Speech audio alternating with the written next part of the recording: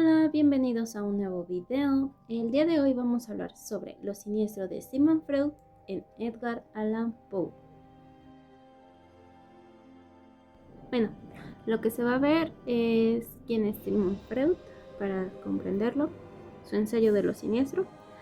Hablaremos un poco sobre Edgar Allan Poe, específicamente su biografía, su cuento de William Wilson y cómo se une lo siniestro en Edgar Allan Poe en base a este mismo cuento.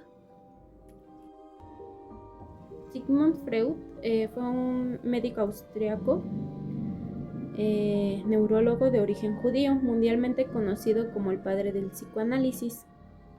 Él revolucionó la psicología al proponer la existencia del inconsciente como motor de la conducta humana, desarrollando métodos terapéuticos como la asociación libre y la interpretación de los sueños. Uno de sus trabajos más famosos fue la interpretación de los sueños en 1900, 3 ensayos sobre la teoría sexual en 1905 y el malestar en la cultura en 1930. Aunque en este video se va a hablar sobre el ensayo Lo siniestro, publicado en 1919. Bueno, el ensayo Lo siniestro, escrito por Freud en 1919, es una de sus obras más fascinantes, ya que aplica el psicoanálisis a la estética y a la literatura. En él, Freud explora ciertos objetos o situaciones que nos producen una inquietud en particular que va más allá del simple miedo o del terror. Y para comprender mejor este ensayo, lo vamos a dividir en las siguientes partes, las cuales son la definición lingüística Eimelich versus Unheimlich.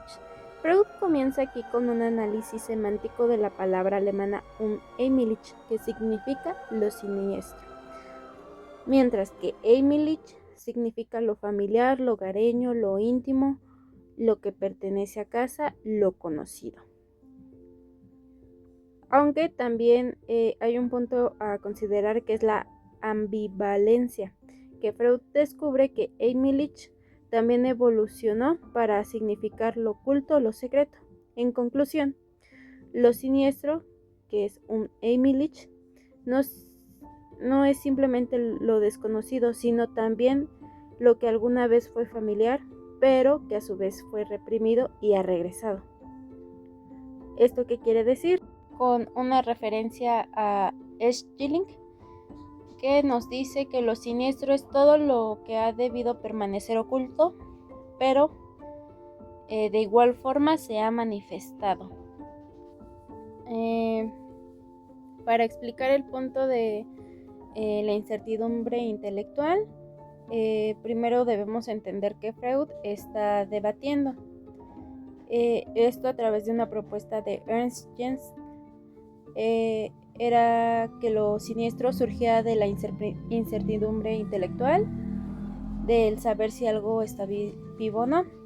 Aquí Freud toma como referencia el cuento del hombre de arena para demostrar que esta explicación es mucho más superficial y que el verdadero horror es mucho más profundo e inconsciente, ya que este debate se propone que el personaje de Olimpia, la muñeca mecánica, era un centro de lo siniestro porque el lector duda de la naturaleza humana de esta misma.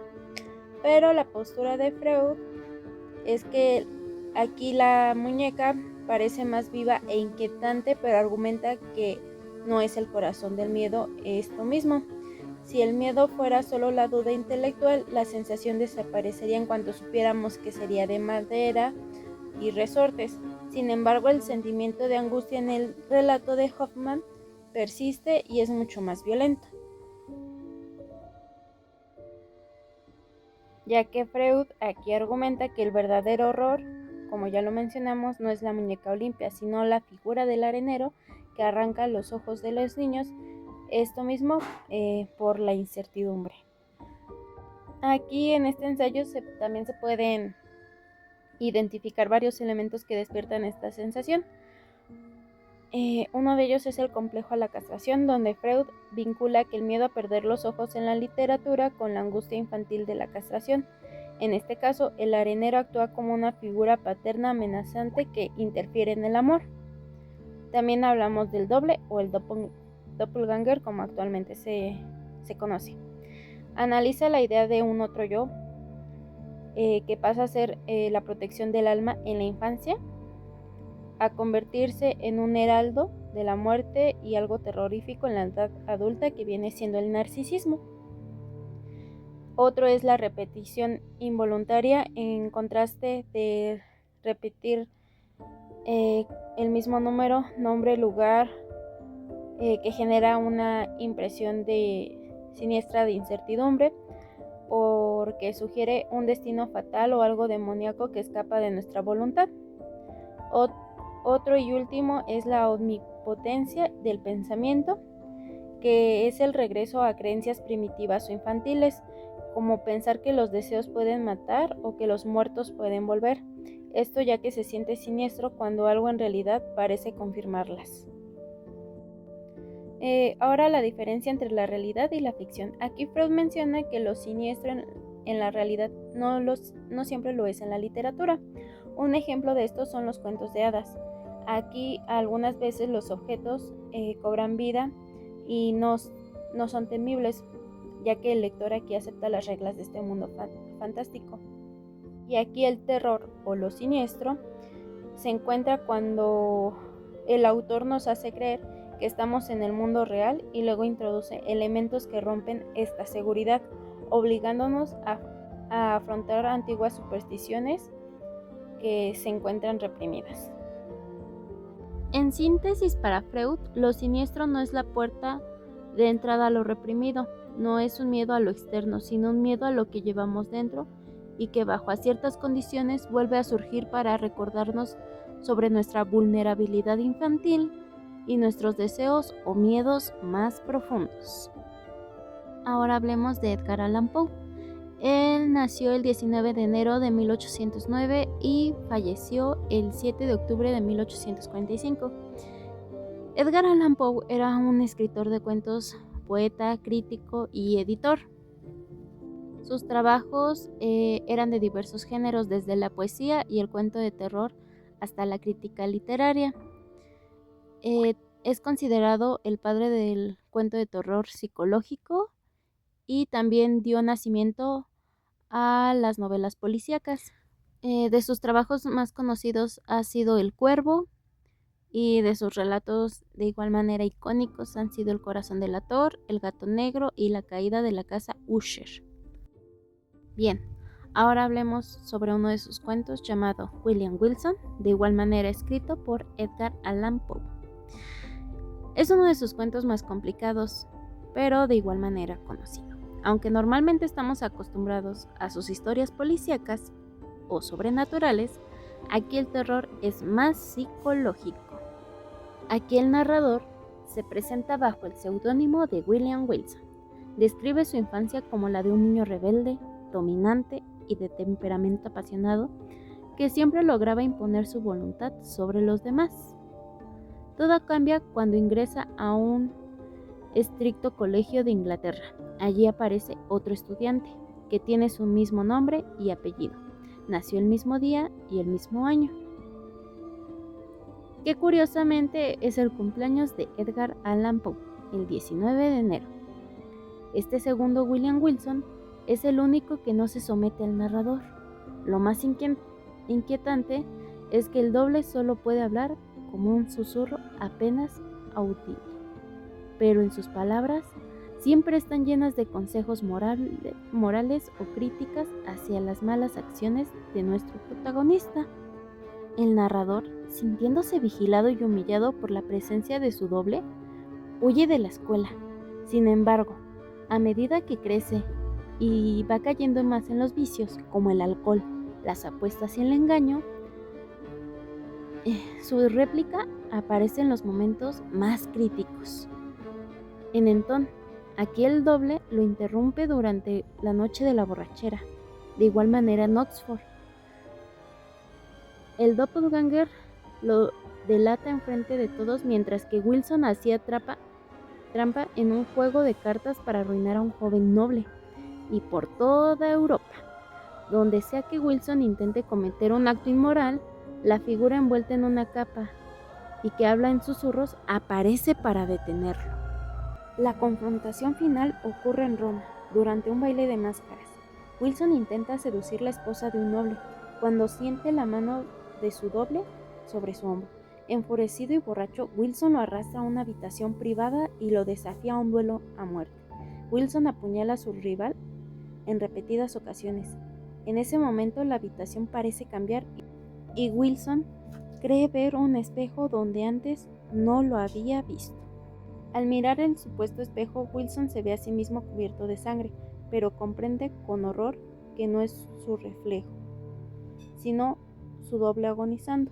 El segundo Wilson, hablando ahora con una voz clara, dice: has vencido y yo sucumbo, pero a partir de ahora tú también estás muerto, para el mundo, para el cielo y para la esperanza. En mí existías tú, y al matarme mira mi imagen, que es la tuya. Cómo te has asesinado a ti mismo.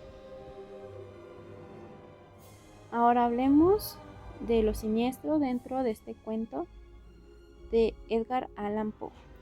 Empecemos con el doble como el retorno de lo reprimido. Aquí Freud explica que lo siniestro surge cuando algo que fue familiar en la infancia vuelve a aparecer. En el ensayo, aquí Freud cita a Otto Rank para decir que el doble nace originalmente como una defensa del narcisismo infantil. Sin embargo, en el adulto esa figura cambia de signo y se convierte en un anunciador de la muerte. Dentro del cuento, el segundo William Wilson aparece para vigilar y juzgar al primero. Lo que antes era una identidad compartida se vuelve una persecución insoportable representada la vuelta de una conciencia moral que el protagonista ha intentado reprimir a través de sus vicios. Ahora comencemos con la pérdida de la distinción entre el yo y el otro. Una de las fuentes de lo siniestro es la incertidumbre de si un objeto es animado o inanimado, o si una persona es realmente distinta a otra. Aquí se ve en la repetición de los nombres. Freud demuestra que la repetición involuntaria de los nombres o de los números genera una sensación de fatalidad. En el cuento, que el doble tenga el mismo nombre, la misma fecha de nacimiento y la misma ropa, anula la individualidad de nuestro protagonista, sumergiéndolo en una angustia siniestra. ¿Quién influye la voz en un susurro? El hecho de que el doble solo pueda hablar en susurros es un detalle siniestro. Es una voz que parece venir del interior de la cabeza del narrador, rompiendo la frontera entre el sujeto y el objeto. Fenómeno del espejo. Freud menciona que verse a uno mismo como un extraño es una experiencia profundamente siniestra. En el clímax, en la escena final del baile de máscaras, Wilson apuñala a su doble. Sin embargo, al mirar al espejo, se ve a sí mismo ensangrentado. La unión. Aquí se cumple la tesis de Freud. Lo siniestro es aquello que, debiendo permanecer oculto, ha salido a la luz. El espejo revela que el enemigo externo en realidad era una parte interna. La omnipotencia del pensamiento. Freud señala que lo siniestro ocurre cuando creemos que nuestros pensamientos o deseos internos tienen un efecto en el mundo real.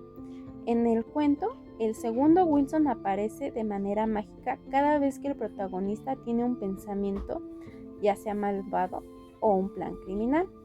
Esta supuesta coincidencia constantemente refuerza la idea freudiana de que el mundo exterior está confirmando nuestros peores miedos internos.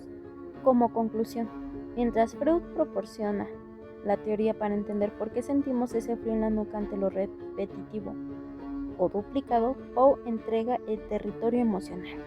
William Wilson es la prueba de que lo siniestro es el encuentro con lo inevitable, con la parte de nosotros que preferimos no ver o ignorar, pero que nos define más que cualquier otra cosa. Bueno, les recomiendo mucho esta lectura. Es un poco confusa, pero muy entretenida y te deja mucho a qué pensar. Bueno, nos vemos hasta el siguiente video. Muchas gracias.